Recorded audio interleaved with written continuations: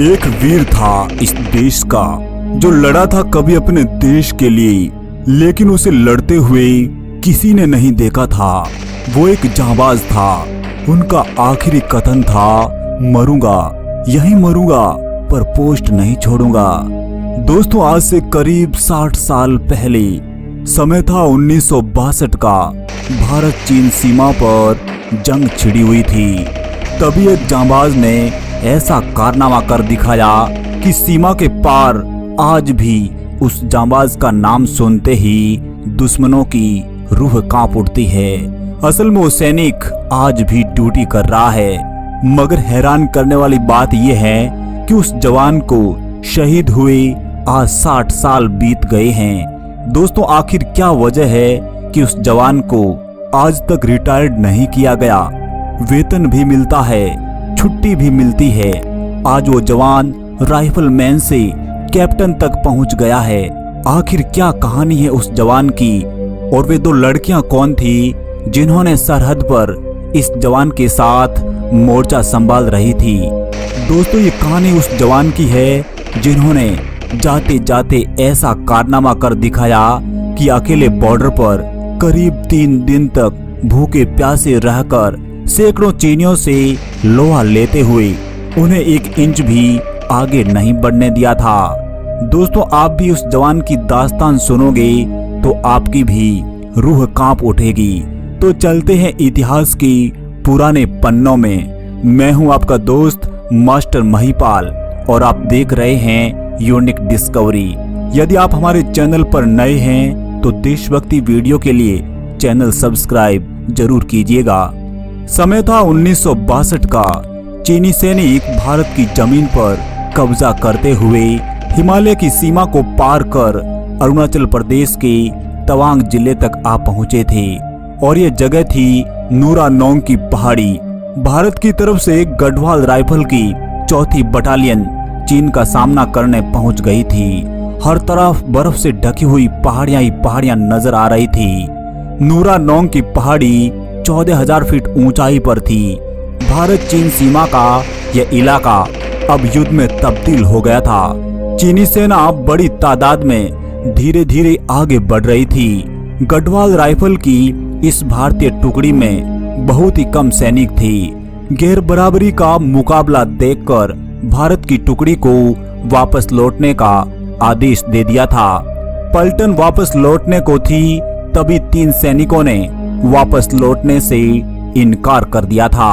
और ये जवान थे राइफलमैन जसवंत सिंह रावत, लांस नायक त्रिलोक सिंह नेगी और गोपाल सिंह गुंसाई। इन्होंने ठान लिया था कि खून के आखिरी कतरे तक लड़ते रहेंगे, इसी मिट्टी की हिफाजत में शहीद हो जाएंगे, मगर पीठ नहीं दिखाएंगे। एक तरफ हजारों की संख्या में चीनी सैनिक थे तो दूसरी तरफ 3-4 बंकर में केवल 3 भारतीय सैनिक। चीनी सेना बॉर्डर पर हर तरफ हावी हो रही थी। असल में चीनी सेना बॉर्डर पर अचानक धावा बोल दिया था। चीनी उम्दा हथियारों से लड़ रहे थे, जबकि हिंद की सेना हिम्मत और हौसले से उनका सामना कर रही थी। अब दुश्मनों की गोलियों से एक एक कर साथी बिछड़ रहे थे। अब हिंद का शेर अकेला था, राइफलमैन जसवंत सिंह रावत। भागने का पूरा मौका था, लेकिन उन्होंने सामना करना ही उचित समझा और अपने मकसद से डिगे नहीं। पहाड़ी के पीछे हजारों की संख्या में ये बंदा अकेला ही लड़ रहा था। करीब 3 दिन तक चीनी सेना को यह समझ में ही नहीं आया था कि उस पहाड़ी के पीछे भारतीय आर्मी के कितने सैनिक हैं। असल में राइफलमैन जसवंत सिंह रावत ने यहाँ एक योजना के तहत काम किया था और बारी बारी से अलग अलग बंकरों में जाकर फायरिंग कर रहे थे।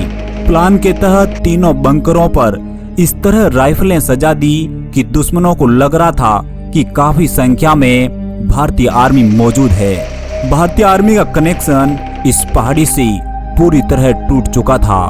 राइफलमैन जसवंत सिंह भूखे प्यासे अकेले लड़ रहे थे और इसी दौरान इस पहाड़ी एरिया में मोनपा जनजाति का एक परिवार इनके लिए देवदूत बनकर उभरा। इसी परिवार की नूरा और शैला नामक 2 लड़कियों ने राइफलमैन जसवंत सिंह की पूरी मदद की थी।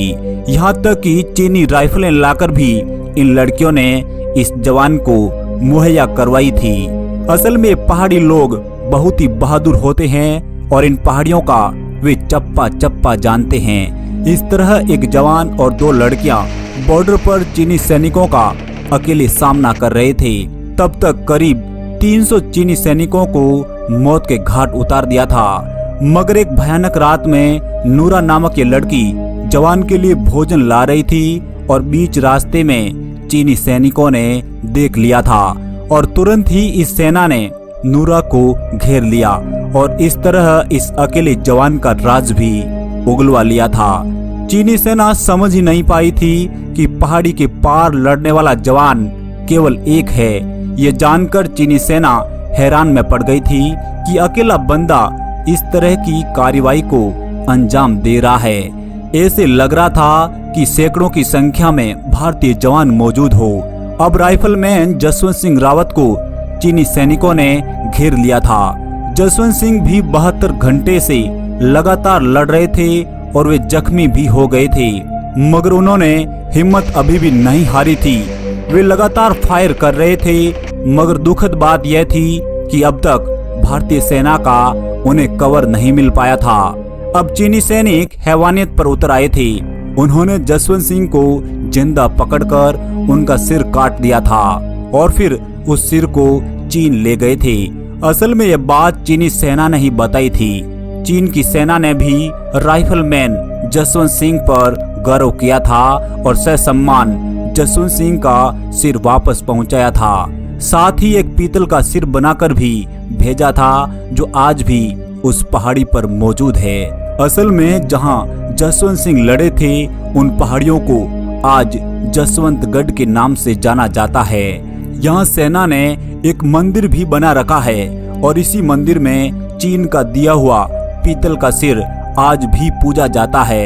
यह अमर जवान आज भी सरहद की रखवाली कर रहा है। यहाँ भर्ती होने वाला सेना का जवान हो या फिर जनरल, बाबा जसवंत सिंह की हाजिरी लगाने जरूर आते हैं। इस मंदिर में 5 सैनिक रात दिन जसवंत सिंह की सेवा में लगे रहते हैं। उनको नाश्ता देते हैं, कपड़ों पर प्रेस करते हैं और उनका रोजाना बिछावन किया जाता है। सरहद के अमर जवान की गाथा यहाँ का बच्चा बच्चा जानता है। सेना के रजिस्टर में आज भी उनकी ड्यूटी चल रही है। वे राइफलमैन से अब तक कैप्टन बन गए हैं और उन्हें आज तक रिटायर्ड नहीं किया गया। वेतन के साथ साथ छुट्टियां भी मिलती है। असल में राइफलमैन जसवंत सिंह का जन्म पौड़ी गढ़वाल में गुमान सिंह रावत के घर हुआ था। 17 साल की उम्र में फौजी बनने की ख्वाहिश में गए थे, लेकिन सफल नहीं हो पाए। दूसरी बार वे राइफलमैन बनकर सेना में भर्ती हुए थे। आज भी उस पहाड़ी एरिया में जसवंत सिंह को याद किया जाता है। वे उनकी मुराद पूरी करते हैं और सैनिकों के सपनों में भी आते हैं। इस तरह यह जवान आज भी सरहद की रखवाली कर रहा है। नमन है ऐसे वीरों को। कैप्टन जसवंत सिंह रावत के बारे में आप क्या जानते हैं? कमेंट में हमें जरूर बताइएगा। जय हिंद, वंदे मातरम।